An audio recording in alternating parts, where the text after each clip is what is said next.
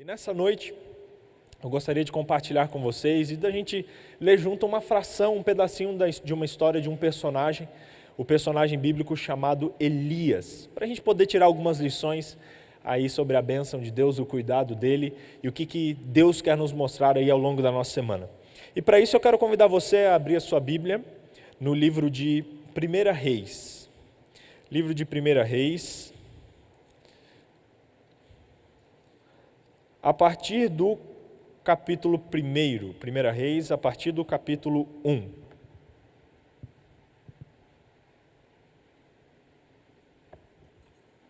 chegar mais perto aqui um pouquinho. 1 Reis, a partir do capítulo 1. Elias foi um profeta de Deus, um dos maiores profetas da história do povo de Israel. E a história, ela comprova que ele viveu num momento muito complicado, um momento complexo. Olhando um pouquinho o contexto, e você pode ver nos primeiros capítulos de 1 Reis, que na época que Elias viveu, os padrões de vida ali não eram muito bons, não eram muito positivos. Haviam rebeliões, haviam iniquidades, haviam grandes problemas ali no reino. E durante décadas, a Bíblia mostra que os reis eles negligenciavam a adoração ao Deus verdadeiro. E os deuses do povo verdadeiro, na verdade, o Deus verdadeiro ele começou a ser substituído por falsos deuses. E eles construíam templos pagãos, em alguns momentos até colocavam dentro do templo de Deus alguns deuses pagãos. E nesse momento, no momento em que Elias era profeta, estava no reinado o rei chamado Acabe. Acabe é considerado pela Bíblia como o pior rei a governar o povo de Judá. Gente, ele deve ter sido assim muito bom para ter sido considerado o pior. Foi considerado o pior. Não só por causa dele, mas também por causa de uma das suas esposas, Jezabel, que era ali muito complicada, muito complicada. Se ele era ruim, ela era muito pior ainda. E a Bíblia conta um pouquinho sobre o que acontecia nessa época e diz que os filhos de Deus haviam se esquecido da adoração ao verdadeiro Deus, se esquecido de orar, se esquecido como fazer os sacrifícios. Muitos deles adoravam essas falsas religiões. A maioria das pessoas, e 1 Reis mostra isso, estava mais preocupada com prazeres terrenos do que com a adoração ali, do que com as coisas eternas, do que com suas próprias famílias. E era uma coisa muito terrível. A nação estava passando por um grave problema econômico, estava num momento de fome, num momento de violência em todas as esquinas. Era um momento assim muito complexo. E nesse momento, Deus levantou um homem, um profeta chamado Elias, que tinha a missão de ser um instrumento de Deus para levar o povo de volta para os seus caminhos. O povo, pelo fato de ter se afastado do Senhor, estava sofrendo muito ali, muitas coisas, muitas dificuldades.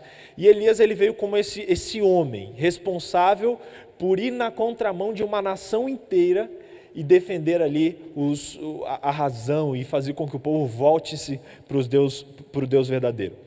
E Elias ele teve grandes feitos na vida dele. Se você olhar no capítulo 1, fala um pouquinho sobre, no capítulo 2, fala sobre... Eu estou em 2 Reis, perdão. Em 1 Reis, no capítulo... 1 Reis, capítulo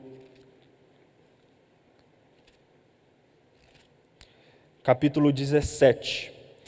1 Reis, no capítulo 17, conta que Elias ele disse que haveria uma grande seca. Uma grande seca viria sobre o povo de Deus, e ele, avisando aquilo ali, depois disso ele fugiu, e ele sofreu muito por causa disso. A história conta que ele fez algumas coisas, como por exemplo, no momento em que ele estava fugindo ali com fome, ele encontrou uma viúva que Deus usou para abençoá-lo, e essa viúva só tinha um restinho de óleo, de azeite, para fazer um pão para ela comer com o filho dela e depois morrer. Ela falou, é a última coisa que eu tenho. E ele falou, divide comigo que Deus vai abençoar vocês. E Deus, através dele, fez com que o óleo daquela viúva nunca se acabasse. Em outro momento, no capítulo 17, mostra que Elias foi usado por Deus para ressuscitar o filho de uma mulher que havia morrido. E ele fez isso. No capítulo 18, mostra que Elias predisse os 7 anos de seca que aconteceriam. E foi bem assim que aconteceu. No capítulo 18, verso 24, mostra que Elias fez ali um momento onde fez várias orações ali, e eles falaram, vamos ver quem é o Deus verdadeiro, e os profetas de Baal oraram para descer fogo do céu, não desceu, e Elias orou e veio o fogo do céu, e ali ficou provado para todo mundo que o Deus verdadeiro é o Deus Todo-Poderoso, o Deus que é o Senhor dos Senhores. E em 1 Reis, no capítulo 1, mostra que ele apela fogo aos soldados de Acasias. Se Deus pudesse usar um homem, esse homem seria Elias. E Deus usou Elias de uma maneira muito forte, de uma maneira muito profunda. E eu fiquei procurando na vida de Elias, olhando tudo isso, vendo Elias como um homem que era usado por Deus, um homem que pregava, um homem que tinha coragem de entrar na sala do rei e falar para o rei algo que o rei não queria ouvir, um homem que corria risco ali com sua própria vida, mas ele seguia a mensagem do Senhor, um homem que orou e veio o fogo do céu. Imagina o poder desse homem, um homem que ressuscitou uma pessoa que estava morta, um homem que teve medo. E isso mostra um pouco da humanidade de Elias, que no momento da vida dele ele teve medo, fugiu, e Deus o alimentou, Deus o consolou, Deus o confortou. E um homem que finalmente, a Bíblia conta que no fim da vida dele, ele foi levado para o céu ainda com vida. Porque dá a impressão de que Deus não ia aguentar de saudade dele ali. E falou, Elias, vem logo. Um homem que era muito próximo de Deus, um homem que era amigo íntimo de Deus. E eu fiquei olhando todos esses feitos de Elias e pensando, o que será que ele tem de segredo? Qual será que era o segredo de Elias? A gente vive hoje numa nação, num mundo corrompido, num mundo que não é muito diferente do mundo que Elias vivia, um mundo onde a gente vê idolatria das suas diversas formas, um mundo onde a gente vê mentira, um mundo onde a gente vê falsos deuses aí imperando. E eu fico me perguntando, o que eu posso ter na minha vida, assim como Elias, para poder, mesmo nos dias de hoje, permanecer fiel, nos dias de hoje receber o poder de Deus, e nos dias de hoje poder ser um amigo tão próximo de Deus, assim como Elias foi. E estudando a história dele, eu encontrei 3 elementos que eu quero compartilhar com vocês agora nessa noite. O primeiro deles é que Elias era uma pessoa de oração. Elias, ele conversava com Deus, ele era um amigo íntimo de Deus. Para alguém ouvir o que Deus falava, para alguém ter abertura e Deus ter abertura para falar com essa pessoa, é porque essa pessoa tinha contato íntimo com Deus. Às vezes a gente quer ouvir a voz de Deus, mas a gente não quer dedicar tempo para conversar com Ele. A gente fala, Deus não me responde, Deus não fala comigo, mas a gente não separa nem 5 minutos do nosso dia para poder ler a Bíblia, para poder orar, para poder escutar a palavra dele. Elias era alguém que tinha um contato íntimo com Deus, que conversava com Deus. Eu pergunto, será que você conversa com Deus? Será que a oração é presente no seu dia a dia? Será que a oração é presente no meu dia a dia? A gente, e esse assunto de oração ele é bem delicado, porque às vezes eu acho que a gente corre 2 extremos. Um extremo é o extremo que é de colocar a oração em um pedestal tão santo, que é um recurso que eu utilizo só em alguns momentos.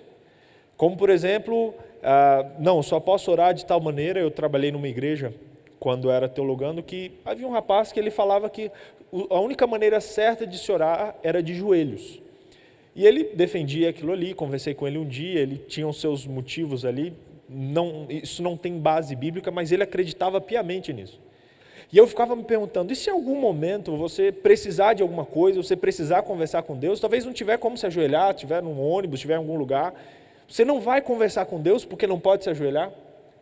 E aí eu percebo que muitas vezes a gente faz isso também, muitas vezes a gente, pelo receio de tirar a oração da sua importância, a gente coloca ela muito longe.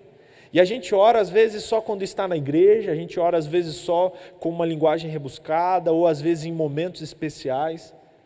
E a gente tem outro perigo também de fazer da oração algo sem valor, algo que não é qualquer coisa, e a gente precisa sair desses 2 extremos. A oração é algo muito importante. A oração é você conversar com o dono do universo. E a gente não pode fazer isso de qualquer maneira. A gente tem que entender a importância do que está acontecendo.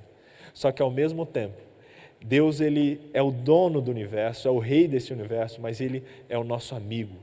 Ele é o nosso paizinho. E a Bíblia diz que Deus é o nosso painho, nosso paizinho. E a gente pode conversar com Ele, abrir o coração para Ele em todos os momentos da vida.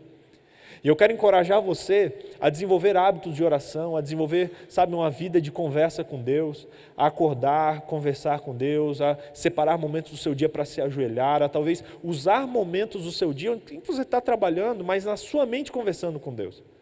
Eu lembro que quando eu era capelão, eu dava aula de religião para alunos do 5º ano. E um dia eu li aquele verso bíblico que diz que a gente deve orar sem cessar.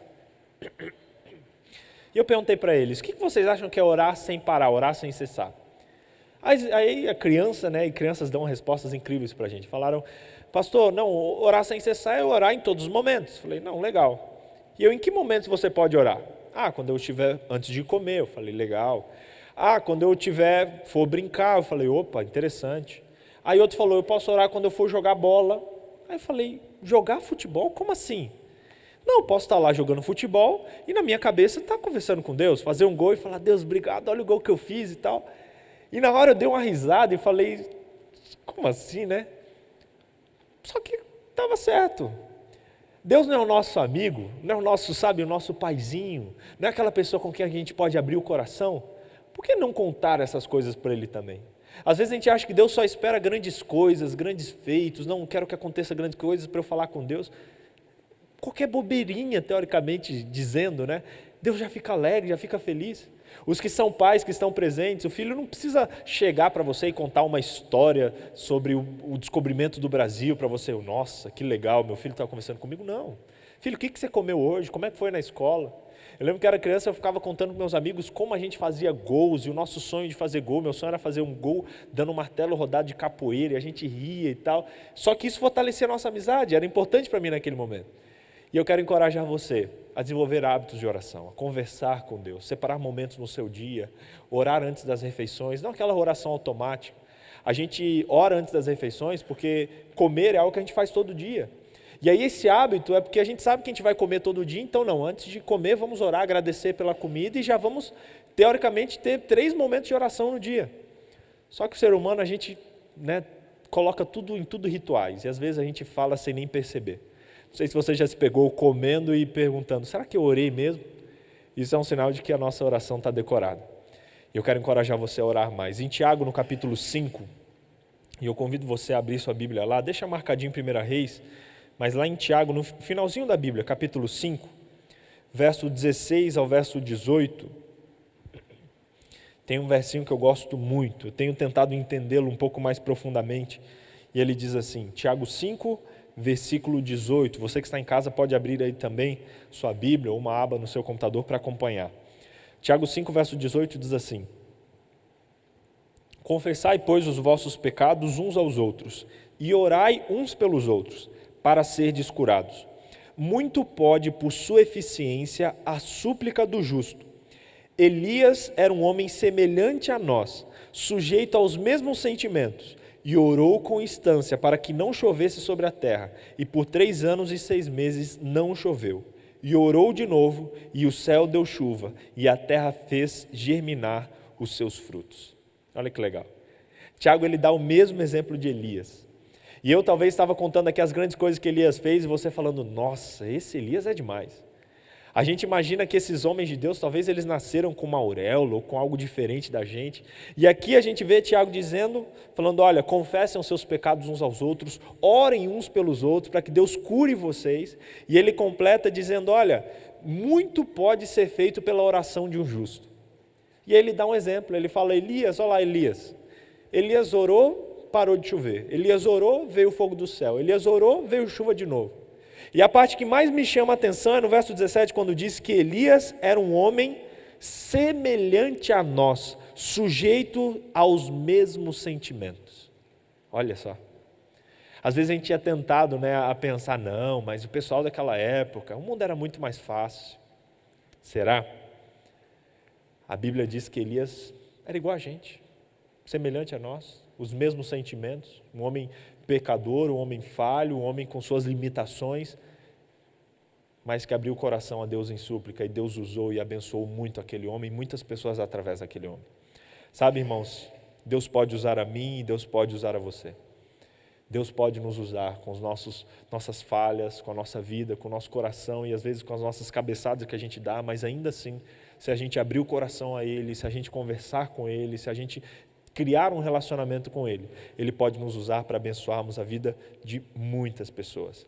Elias orou e veio o fogo do céu. Elias orou e ressuscitou uma criança. Elias orou e fez grandes coisas. E em nome de Jesus, se nós orarmos, se nós conversarmos com Deus, se nós termos essa intimidade que Elias tinha, com certeza Deus pode nos usar para muito mais coisa. Fico me perguntando às vezes, por que a gente não vê tantos milagres nos dias de hoje como a gente via nesses tempos? Será que é porque Deus mudou? Ou será que é porque a gente não tem sido tão fiéis a Deus e tem buscado Ele com tanta ênfase como essas pessoas faziam? Elias era um homem de oração e a gente precisa ser assim também. Um segundo detalhe que eu acho que era um dos segredos da vida de Elias, que a gente precisa colocar na nossa vida, é que Elias era um homem de obediência. Elias orava, mas Elias obedecia a Deus. Você vê em vários momentos no capítulo 17 de 1 Reis, no verso 3, capítulo 17 Reis, eu pedi para você deixar marcado aí de 1 Reis, é dito que Deus deu uma ordem para Elias. 1 Reis, capítulo 17, verso 3. E olha a resposta de Elias. Verso 2, veio-lhe a palavra do Senhor dizendo, retira-te daqui, vai para o lado oriental e esconda-te junto da torrente de Querite, fronteira do Jordão. E Deus falando tudo o que ele deveria fazer, e aqui diz que Elias foi. No verso 8 do mesmo capítulo 17, diz que veio a palavra do Senhor dizendo, olha, vai até Sarepta, fica ali, tem uma mulher viúva que quero que você dê comida, e aí diz no verso 10 que Elias levantou e foi. E em vários momentos, no verso capítulo 18, diz que Deus falou, olha, vai e fala com Acabe, Elias vai e fala. Elias, ele obedecia a Deus constantemente. Deus falava, Elias obedecia. Elias, ele não racionalizava. Ele não ficava pensando, será que faz sentido eu cumprir isso aqui? Será que é isso mesmo que Deus está querendo? Sabe, às vezes eu acho que Deus não fala muito com a gente, porque a gente talvez não responderia da maneira devida. Talvez a gente não desse o retorno que Deus esperava de nós. Como assim? Se você vê, os pedidos que Deus fez para Elias eram praticamente sem sentido. Deus chegar, imagina se Deus falasse para você, olha, vai lá no presidente do Brasil, pede audiência para ele, entra lá e fala, olha, é o seguinte, Deus falou comigo que vai ficar 7 anos sem chover aqui no nosso país. Vai ficar um tempo muito grande sem chover, e é a notícia de Deus. Agora coloque naquele tempo, um governo que matava as pessoas, uma esposa que olhava e mandava matar todo mundo, e ele chegar lá e dar essa notícia. E se por acaso chovesse, como é que ele ia ficar? Será que ele não podia ficar se perguntando, será que foi Deus mesmo que falou? Será que não é coisa da minha cabeça?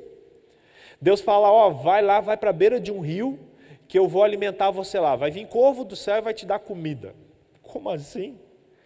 Deus fala, olha, vai em tal lugar, vai ter uma viúva lá, ela vai estar com óleo acabando, você vai orar e o óleo dela vai se multiplicar.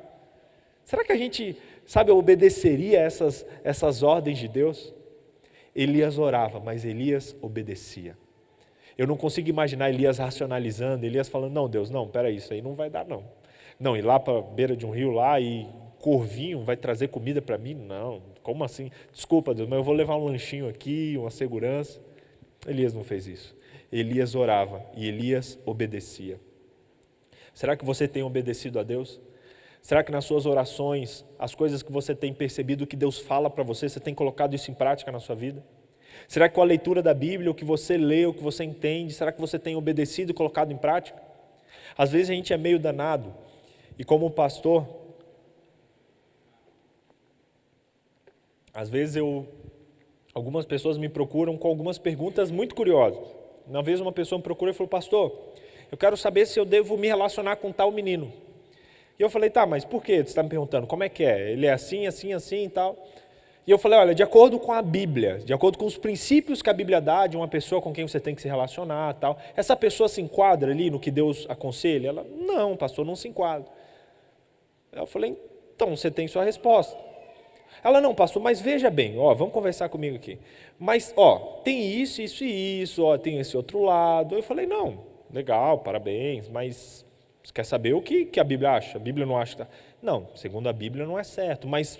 E tentando, E eu falei, não, você não precisa me convencer, você não precisa, não vou mudar de ideia aqui. E eu percebi que, na verdade, ela queria uma opinião minha para talvez fortalecê-la a ir contra o que Deus estava falando. E a gente é assim às vezes também. Deus mostra algo para a gente sabe o certo a fazer, mas a gente fica, será? Não, se bem que é melhor não, ninguém faz e não obedece, e isso limita muito Deus agir através de nós. Nós devemos ser homens e mulheres de obediência, obedecendo a Deus, obedecendo ao que Ele fala. Homens e mulheres de oração, mas homens e mulheres de obediência, de muita obediência. Elias foi um homem de obediência e Deus o abençoou muito, e abençoou muitas pessoas através da obediência desse homem. Tem um versinho na Bíblia que eu gosto muito, que fala sobre a história de Elias ainda. Na verdade, é um conselho, não sobre a história de Elias, mas está em Gálatas capítulo 6, eu separei aqui, que diz assim: não nos cansemos de fazer o bem, porque no devido tempo cessaremos se não desanimarmos. E aqui a gente chega num terceiro ponto da vida de Elias, que Elias era um homem que perseverava. Elias orava, Elias obedecia e Elias perseverava. Se você olhar a história dos profetas, talvez nenhum deles enfrentou situações mais adversas do que Elias. Elias perseverava. Teve um momento aqui na vida de Elias que Deus falou com ele para ele poder dar uma notícia e tal, e ele reclamou com Deus, falou: Deus, só eu fiquei aqui. E Deus falou: não é só você não, tem centenas de pessoas ainda que servem a mim e tal. E eu fico olhando ali esse momento de fraqueza de Elias, mas ao mesmo tempo esse momento que mostra a perseverança dele. Porque Elias, ele permaneceu fiel. Vários dos profetas do Deus verdadeiro, e existiam vários naquela época, não permaneceram fiéis como Elias ficou, como Elias permaneceu. E Elias, ele faz como que um desabafo na Bíblia, dizendo: Deus, só eu fiquei. Imagina a solidão com que Elias não vivia. Elias, talvez os seus familiares não seguiam no que ele seguia, talvez seus amigos não acreditavam no que ele acreditava, e aquele homem preferiu e viveu mesmo em solidão, viveu no meio do mato, mas perseverou, ficou ao lado de Deus e fez o que é certo. Sabe, irmãos, a gente precisa ser perseverantes também. A gente precisa perseverar pela verdade, a gente precisa defender a verdade. Parece que quando o mundo inteiro vai indo para um lado, nós como cristãos, a gente vai indo nessa onda, quando na verdade a gente tem que virar e ir na contramão e bater o pé e perseverar por aquilo que é certo, perseverar na verdade. Nos momentos difíceis da vida, a gente não pode ceder, a gente tem que perseverar e permanecer firme, porque é isso que Deus espera de nós. Muitas pessoas perdem muitas bênçãos de Deus porque não perseveram, porque desistem no meio do caminho. Não faça isso. Persevere, continue fazendo. Gálatas 6:9, como a gente viu, diz: não nos cansemos de fazer o bem, porque no tempo certo nós colheremos, se não desanimarmos. Olha Paulo dizendo: não desanime de fazer o bem, porque numa hora você vai colher, só que você não pode desanimar. Se você desistir antes do final da colheita, você não vai colher os frutos ali. 1 Coríntios 15:58 diz assim: portanto, meus amados, sede firmes e constantes, sempre abundantes na obra do Senhor, sabendo que o vosso trabalho não é vão. Seja firme, seja constante, persevere, continue. Nós precisamos ser pessoas mais perseverantes, pessoas que continuam e que lutam, mesmo diante das dificuldades. Será que você tem perseverado na sua vida? Será que diante do seu trabalho, às vezes uma dificuldade, talvez um problema, você desanima ou você continua firme? Será que diante dos seus amigos que talvez não acreditam em Deus e você fala que é cristão e eles ali talvez não é um ambiente legal para você compartilhar a sua fé, será que você abaixa sua bola ou você continua vivendo o que você acredita? Perseverança, perseverar. Mesmo se uma nação inteira ir para longe dos caminhos do Senhor, assim como Elias, a gente tem que permanecer firme, permanecer com o pé firme no que é direito. E sabe, eu ainda coloquei um quarto elemento, que ele é bem pequeno, mas para mim eu acho que não poderia ficar de fora disso tudo que a gente aprendeu com Elias. Elias orava, Elias, ele era um homem que perseverava, Elias era um homem que obedecia, e Elias foi um homem que descansou. Eu achei muito interessante esse último detalhe, porque Elias, ele passou por momentos muito estressantes, e não foi nada fácil. Se você olhar o livro de 1 Reis, você vai ver algumas dificuldades emocionais que Elias vivia, de reclamar com Deus, de falar com Deus, e teve um momento na vida dele em que ele falou sério com Deus, ele reclamou, e logo depois de Deus usar ele como instrumento do céu, fazendo o fogo cair do céu, fazendo a chuva voltar, a Bíblia diz que Jezabel descobriu isso e falou: olha, se eu não tiver matado Elias até amanhã nesse horário, que os deuses me matem. E aquele Elias que horas antes estava sendo usado por Deus para ver fogo cair do céu, ele agora começa a fugir com medo de morrer, com medo de que aquela mulher o assassinasse. E aí ele reclama com Deus, e a Bíblia diz que ele, inclusive, o pastor Paulo falou isso recentemente numa série que ele fez sobre o suicídio. Se você puder, acompanha aí no YouTube depois, 13 razões do porquê. E a Bíblia diz que Elias, nesse momento, chegou até a pedir a morte, fala: Deus, traz a morte sobre mim, porque não aguento mais. E a gente vê, sabe, os desafios emocionais que Elias passava. E eu acho muito bonito nesse momento, que a Bíblia diz que Elias caiu num sono profundo. Na verdade, antes, a Bíblia diz que Deus, através de anjos, preparou uma comida para Elias, uma refeição, serviu Elias comeu, depois dormiu. Depois de algumas horas, a Bíblia diz que Elias acordou, comeu de novo e dormiu de novo, e com a força daquela comida ele correu dezenas e dezenas de quilômetros depois. E eu acho muito legal esse momento, que mostra a humanidade desse homem de Deus. Um homem que se cansava, um homem que às vezes se revoltava com Deus, mas um homem que abriu seu coração. E como Deus deu descanso para ele, como Deus, mesmo nesse momento de teórica rebeldia dele, onde ele pediu a morte, Deus falou: Elias, vem cá, toma um pouquinho de pão aqui, toma uma comidinha aqui, dá uma descansada, filho, dá uma descansada, depois a gente continua. E eu me vejo muitas vezes precisando desse descanso também, precisando que Deus ele renove as minhas forças, que Deus prepare ali um pãozinho para mim, um pãozinho na chapa talvez, me dê, fala: Vitor, descansa aqui, descansa, deixa eu trabalhar, e depois a gente continua. E sabe, irmãos, eu queria deixar essa última lição também, para que a gente descanse, para que a gente confie mais no Senhor que a gente tem, confie mais no Deus que a gente tem, mesmo nos momentos ali difíceis, nos momentos onde, como Elias passou de vida ou morte, mas que a gente mantenha calma e que a gente saiba que a gente tem um Deus muito poderoso, que está lutando por nós e que está muito mais preocupado com a nossa felicidade do que nós. Essas são algumas reflexões e eu queria deixar isso gravado no seu coração. E eu quero convidar você a, nesse momento, fazer um combinado com Deus, de nessa semana viver esses 4 elementos da vida de Elias na sua vida. Talvez você separar, e eu quero te convidar a pensar, e agora, como talvez você pode orar mais nessa semana? O que você pode fazer nessa semana para poder talvez conversar mais com Deus?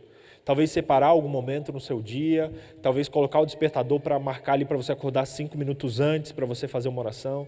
Talvez como eu, às vezes eu não consigo me concentrar, pego um caderninho e começo a escrever uma oração para Deus como se fosse uma carta, não sei. Mas eu convido você a nessa semana, sabe, se aventurar e se propor a conversar mais com Deus. Abrir seu coração a Ele como você faz com um amigo.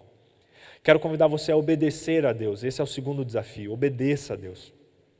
Aquelas coisas que Deus revelou, que você sabe que tem que fazer e talvez você não faz, proponha-se a fazer nessa semana.